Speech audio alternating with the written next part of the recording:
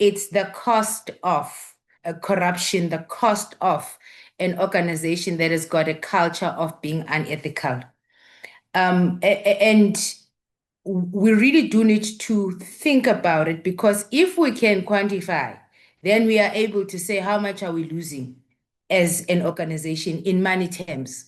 Not that that's the only measure that you need to pursue for. I think Anton, in his example, around how they've used technology, invested in technology, already tells us that there is that linkage. And in a situation where we're finding our municipalities having less and less resources because of the economy that we have and the inability of the citizenry to pay for services, every cent should count.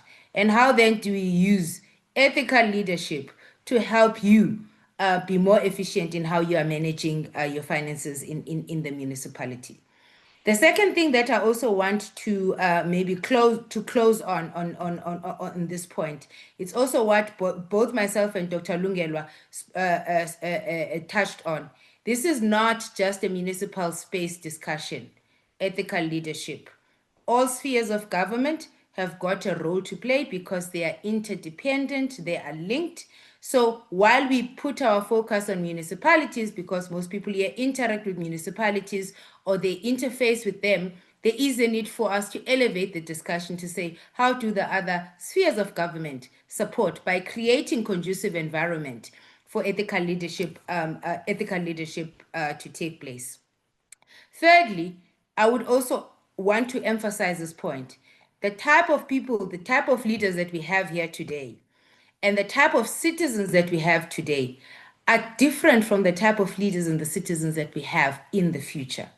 What may not be different, as Anton had said earlier on, are those basic principles in terms of what are the norms, in terms of the values that should prevail in society.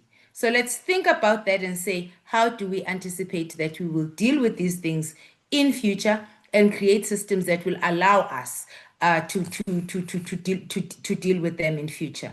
And then lastly, if everything that we do is meant to be about the communities, community-centeredness, every day we need to ask ourselves, how did the decisions that I made in my workspace, or how did the decisions that I did not make in my workspace how do they show that I put people at the center?